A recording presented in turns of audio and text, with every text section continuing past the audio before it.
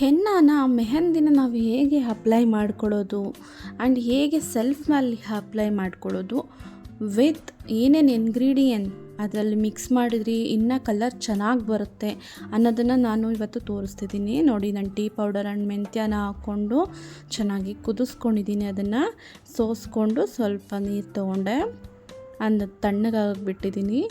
ನೋಡಿ, ಸ್ವಲ್ಪ ನಾನು ಯಾವುದಾದ್ರೂ ಪರವಾಗಿಲ್ಲ ಹೆನ್ನಾನ ಯೂಸ್ ಮಾಡಿ, ನಿಮ್ಮ ಚಾಯ್ಸ್ ಅದು. ಕಲರ್ ಯಾವ್ದು ಬೇಕು ಆ ಥರ ಕಲರ್ ಯೂಸ್ ಮಾಡ್ಬೋದು.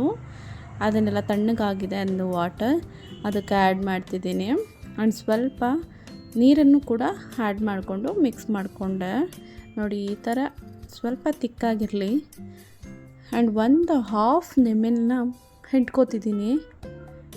ಲೆಮನ್ ಹಿಂಡ್ಕೊಂಡ್ರೆ ಏನಂದರೆ ಡ್ಯಾಂಡ್ರಫ್ ಪ್ರಾಬ್ಲಮ್ಸ್ ಏನೇ ಇದ್ರೂ ಕೂಡ ಹೋಗುತ್ತೆ. ಆ್ಯಂಡ್ ಸಿಲ್ಕಿ ಆ್ಯಂಡ್ ಸ್ಮೂತಾಗಿ ಕೂಡ ಶೈನಿ ಬರುತ್ತೆ ಕೂದಲು ಅಂತ ಯೂಸ್ ಮಾಡೋಣ ಅದನ್ನು.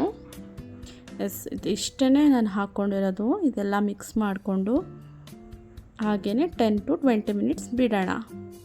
ನೋಡಿ, ನನ್ನ ಕೈ ಕೂಡ ಎಷ್ಟು ಬ್ರೈಟ್ ಆಗಿದೆ ಅಂದರೆ ಜಸ್ಟ್ ಮಿಕ್ಸ್ ಮಾಡಿದ್ದಕ್ಕೆ. ಆ್ಯಕ್ಚುಲಿ ಇದಕ್ಕೆಲ್ಲ ಗ್ಲೌಸ್ ಯೂಸ್ ಮಾಡಿ ನೀವು ಹೇಗೆ ಅಪ್ಲೈ ಮಾಡೋದು ಅಂತ ಕೆಲವೊಂದು ಪಿಕ್ಚರ್ಸ್ಗಳಿದೆ, ಅದನ್ನು ತೋರಿಸ್ತಿದ್ದೀನಿ.